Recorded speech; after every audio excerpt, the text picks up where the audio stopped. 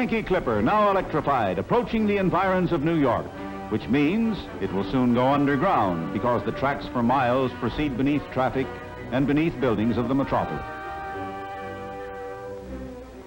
We pass into a subterranean world, a signal tower underground. Here more than 600 trains a day are guided in and out over the 107 tracks of Grand Central Terminal. 28 up H. 28 up H. 18 out C. 18 out B. 84 up B. 84 up B.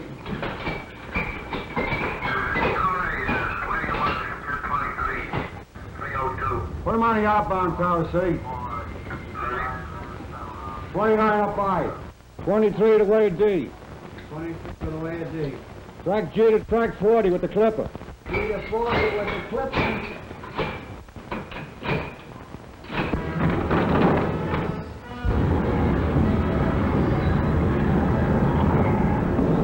On time, as the train board indicates.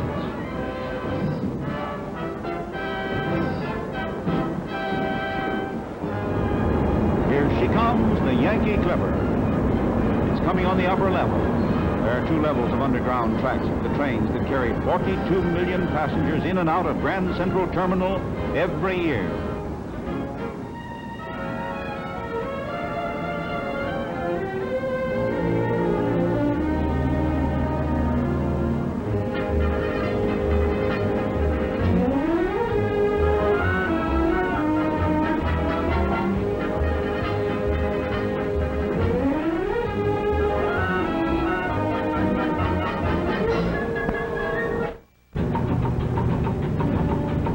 There's our boxed machine bound for Rio. From the flat car that brought it to New York, the railroad delivers the consignment on a lighter to its berth aboard the ship. The railroad owns 42 of those ungainly barges with the big derricks. They're strong and sturdy. Some of them can be loaded with 500 tons of freight.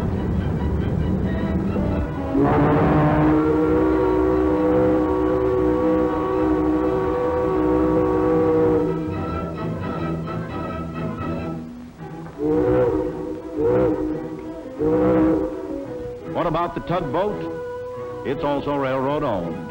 The railroad owns 13 tugs. They're famous throughout New York Harbor. The railroad owns and operates many other pieces of marine equipment. And so the case of machinery is on its way to be stowed aboard ship, and then south into the tropics, past the equator, to be put into service in the land of the Amazon. New England machines to modernize latitudes of jungle green.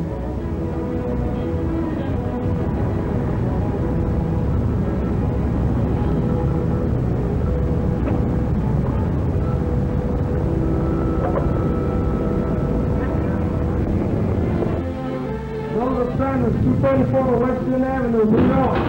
Check. I'm on her 8H.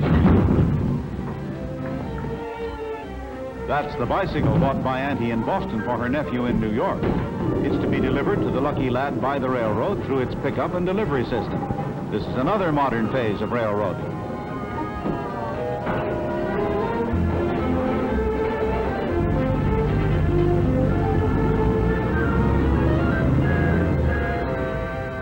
This is a water gateway for the interchange of freight cars between railroads.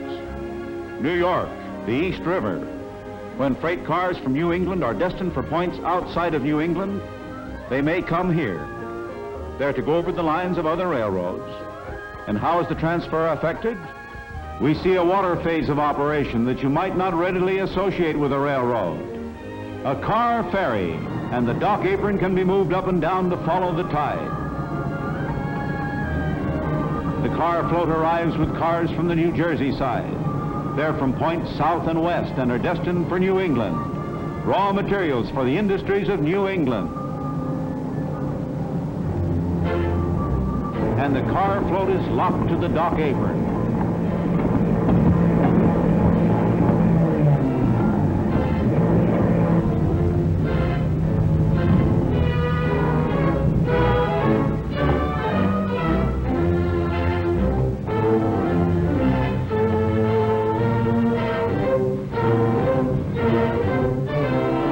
Heavily loaded steel freight cars roll onto the tracks of the float. manufactured articles made in large part from raw materials brought previously into New England. On the other side of the river, they will roll similarly on to the tracks of the railroad that is to take them on to complete their journey to some point in this immense country of ours. New England carload lots bound for everywhere.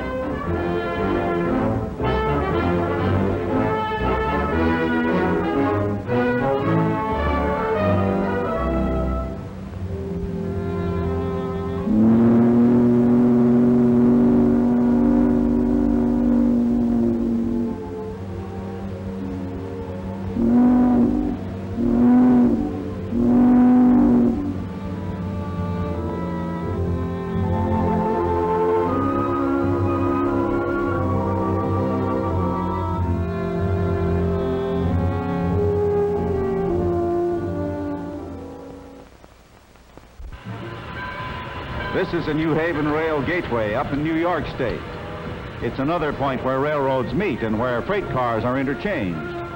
Those are cars loaded with merchandise for New England, raw materials and perishable food, packing house and dairy products from Chicago and Kansas City, oranges and grapefruit from California and Arizona, onions from Texas, meat from Sioux City.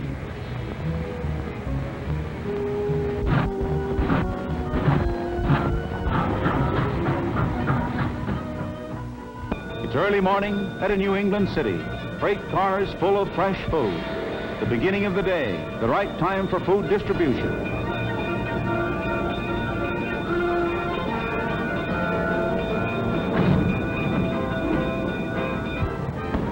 After cars are unloaded, they are pulled into the yards for inspection. Here a string of them are going to the yards to meet the keen eye of the inspector. Cars are carefully inspected at regular intervals.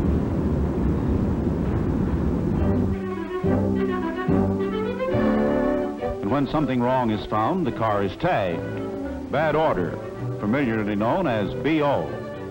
The car then goes to B.O. Brown's yard.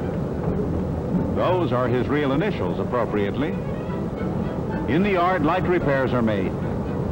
For heavy repairs, freight cars are brought to the back shops here. Wheels are pressed off the axles by the application of enormous pressure. Hundreds of tons. After being repaired to exacting standards of safety, wheels are pressed back onto their axles under pressure. No bolts or screws needed to keep the wheel securely in place. Just that enormous pressure.